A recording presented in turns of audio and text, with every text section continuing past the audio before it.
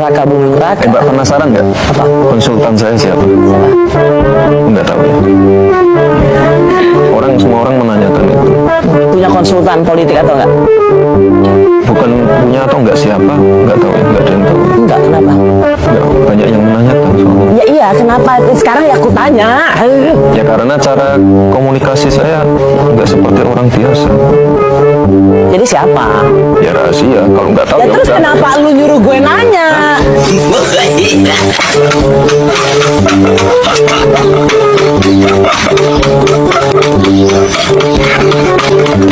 Enggak. Sehat-sehat Mas Gibran? Sehat. Pokoknya setiap kali ketemu Gibran selalu saling ngerjain. Tapi ini udah kemajuan. Biasanya aku tanya apa jawabnya biasa aja. Kayaknya banyak yang belum kenal deh ini samping saya, yang mungkin banyak yang belum tahu siapa sesungguhnya Gibran Rakabuming. Kira-kira banyak yang tahu nggak? Iya, saya nggak terkenal sih. Yang terkenal bapaknya ya? Yang terkenal adik saya. Kasihan, enggak, kakaknya juga terkenal kok. Ya lumayan lah. Buktinya kalau nyari di Google Gibran Rakabuming keluarnya macam-macam. Mas Gibran, Iya. kita kan topiknya Republik Digital. Masih ingat nggak usia berapa Mas Gibran pertama kali kenal internet? Atau pas lagi momen apa gitu? Kalau tahu internet sih dari SD. SD. Kalau sosial media sih mungkin dari pertama kalinya muncul Friendster atau MySpace. Wis anak Friendster. Ya ini adanya kan cuma itu Mbak waktu itu. Nama akunnya apa waktu itu Friendster? Nama asli kok. Oh nama asli. Iya. Kirain pakai nama-nama apa gitu. Enggak, saya nggak pernah aneh-aneh kok. Kayaknya aneh-anehnya kalau di sosial media aja ya. Oh itu yang aneh-aneh adminnya berarti. Yang waktu itu selfie sambil ngaca-ngaca tuh Mas Gibran apa admin? Nggak pernah selfie sih. Semuanya admin. Semuanya Mas? Iya. Masa sih aku udah GR waktu itu disapa-sapa itu juga admin? Admin semua. Aduh, sedih banget. Iya. Tapi yang jelas seru kalau ngikutin Mas Gibran di sosial media. Kita sampai ngumpulin loh tweet-tweet Gibran Rakabuming Raka yang nyeleneh-nyeleneh. Pokoknya malam ini aku balas dendam aja. Nggak pernah nyeleneh. Nggak, mungkin setelah ini kita evaluasi ya Mbak. Mungkin adminnya saya tegur lah. SP1. Mau di SP1?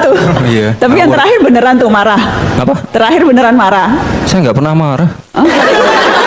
Itu tadi tulisannya emosi. Kalau di dunia maya tuh jangan emosian Mas. Nggak pernah emosi. Iya. Emangnya itu emosi? Enggak. Wes. Kalem terus ya. Enggak. Adminnya yang emosi. Tetap miminnya yang disalahin. Yang juga sempat diomongin orang di dunia maya adalah yang ini. Kita lihat yang ini juga. Aku pokoknya ngerjain aja malam ini. Gitu. Nah ini Mas. Ketika Mas Gibran pakai kaos tenggelamkan Bu Susi. Kapan ya itu ya? Itu masa lali Thomas. Iya. Itu muka Mas Gibran kok lempeng terus ya? Enggak, ini nganterin apa ya? Acara sneakers tapi yang belanja orang tuanya, Mbak. Oh itu yang belanja Pak Jokowi? Iya. Oh nggak beliin anaknya? Enggak. Oh. Maksudnya pakai kaos itu apa Mas? Saya tuh sangat ngefans banget sama Bu Susi. Makanya saya bikin kaosnya itu atas seizin Bu Susi juga. Oh izin. Iya. Terus dijual kaosnya? Iya dijual tapi ada saya sisihkan beberapa untuk Untuk beli charity motor? lah. Enggak. Enggak. Untuk apa? Yang konkret Mas? Ya kalau sodako nggak perlu konkret, Mbak. Ntar dikira ria. Gitu ya Mas? Enggak, saya ngefans sama Bu Susi. Dan kita juga sempat nanya Bu Susi soal kreativitas Mas Gibran dan teman-teman. Saya tahu bukan Mas Gibran, ini teman-teman Mas Gibran yang Oh iya, saya cuma nyuruh-nyuruh. Iya kan ngomongnya gitu ke aku teman-teman, tapi aku mensupport. Kita sempat nanya ke Bu Susi, Iya. betul nggak? Saya mau minta pertanggungjawaban. Jadi kita cek ke Bu Susi, ini jawaban Bu Susi. Ya, dia bangga juga. Apalagi putra Pak Presiden yang bikin kaos dan dipakai kan. Yang tidak menghargai penenggelaman kapal, saya tenggelamkan. Mas Gibran juga bikin kaosnya. Dan saya pikir tenggelamkan di sini kan juga sedikit patriotik untuk negara. Kalau anak muda punya semangat patriotisme untuk negara, bagus.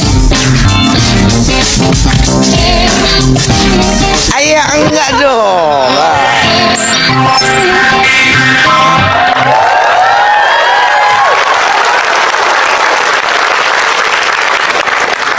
Ada tanggapan Mas?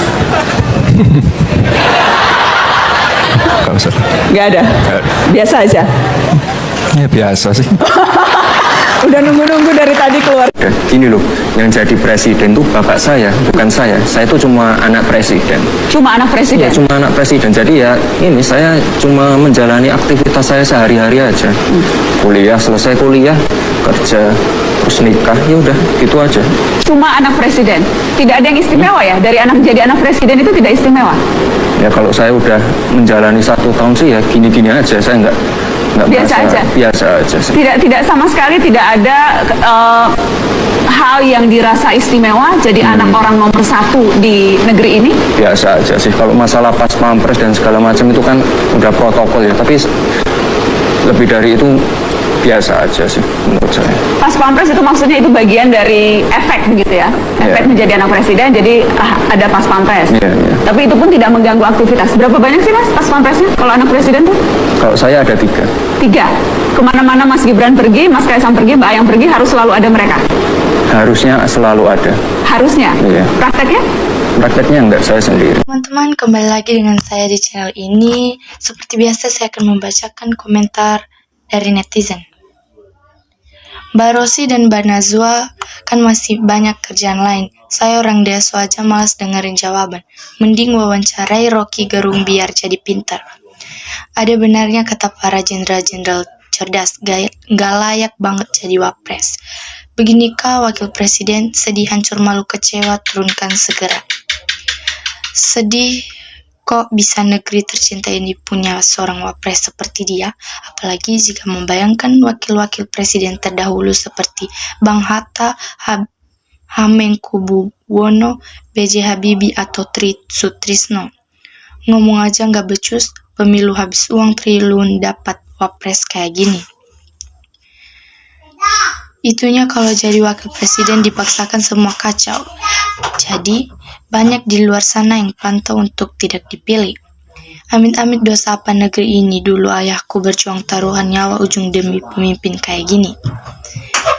Jangan dipelihara orang kayak begini, mah bikin hancur negara. Masih banyak orang yang pintar. Gibran ini ngomongnya selalu gak nyambung. Malu aku punya wakil presiden seperti ini. Komunikasi saya emang gak seperti orang biasa, tapi kayak DGJ. Anak begini jadi wakil presiden, aduh gak mutu, banyak anak bangsa yang berlian. Heran saya Pak Prabowo maksa kehendak karena ingin berkuasa jadi begini.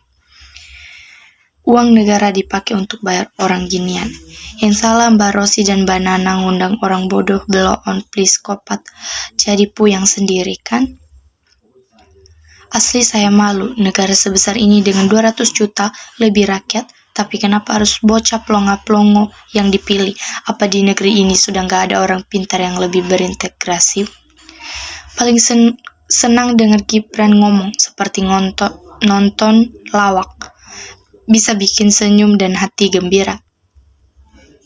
Ini ambisi Prabowo pengen jadi presiden, jadi bisa didukung penguasa. Padahal dia tahu kualitas wakilnya sudah saya. Gini banyaknya yang pintar-pintar kok bisa kayak gini dapat.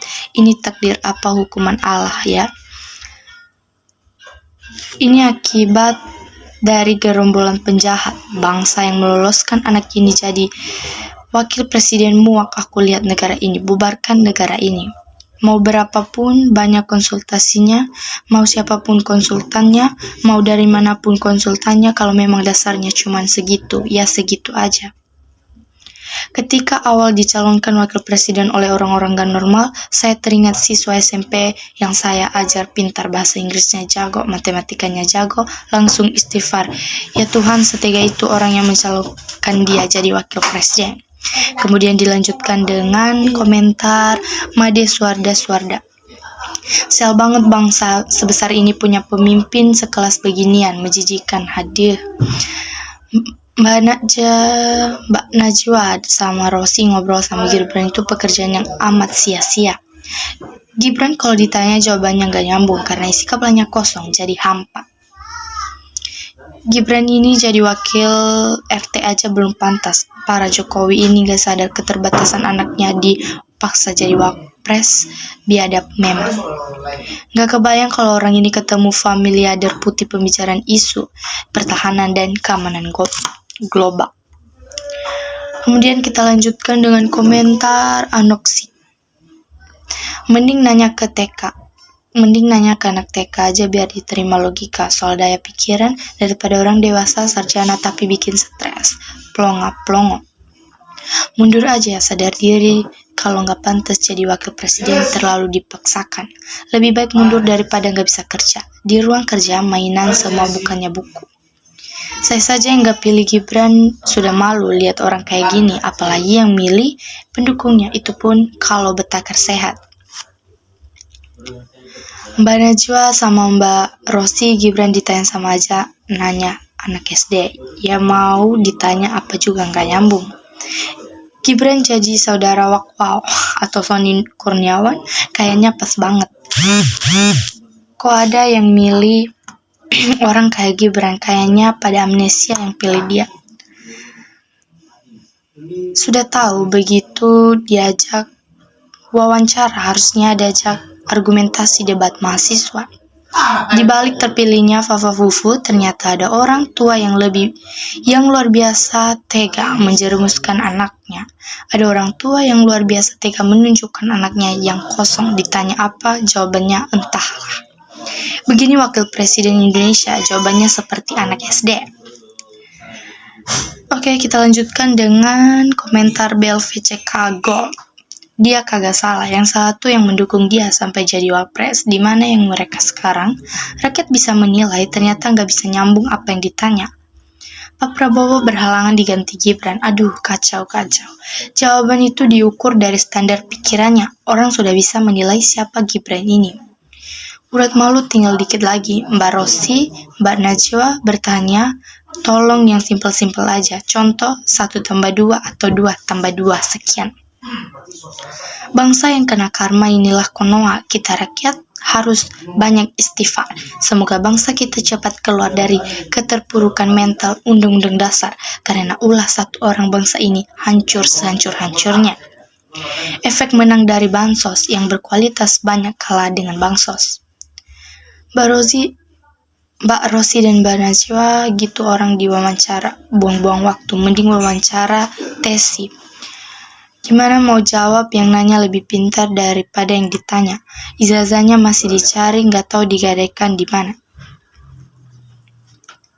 Kalau masih punya rasa malu, itu membuktikan masih ramai warga negara Indonesia yang berakal sehat atau waras dan mau kan yang terbaik buat negaranya.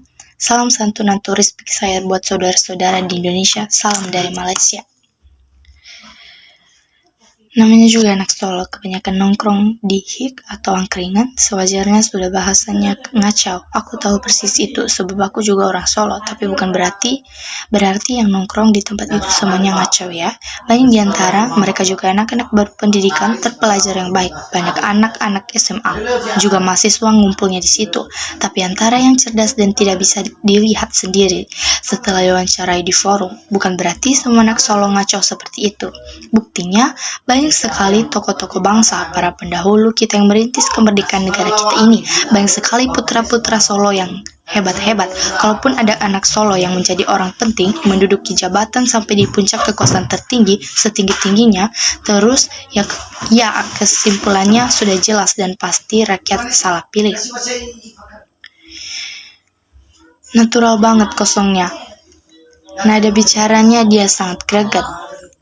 Seharusnya masih berbahasa Inggris karena kuliahnya di luar negeri. Kenapa bisa berijazah luar negeri? Ketika Patrick dan Star ditanya si tupai Sandy, Indonesia makin puyeng, gimana Indonesia mau bisa maju menuju Indonesia emas? Ternyata orangnya mencela-cela, berbelit-belit, dan biasa berbohong dianggap ngelawak jadinya.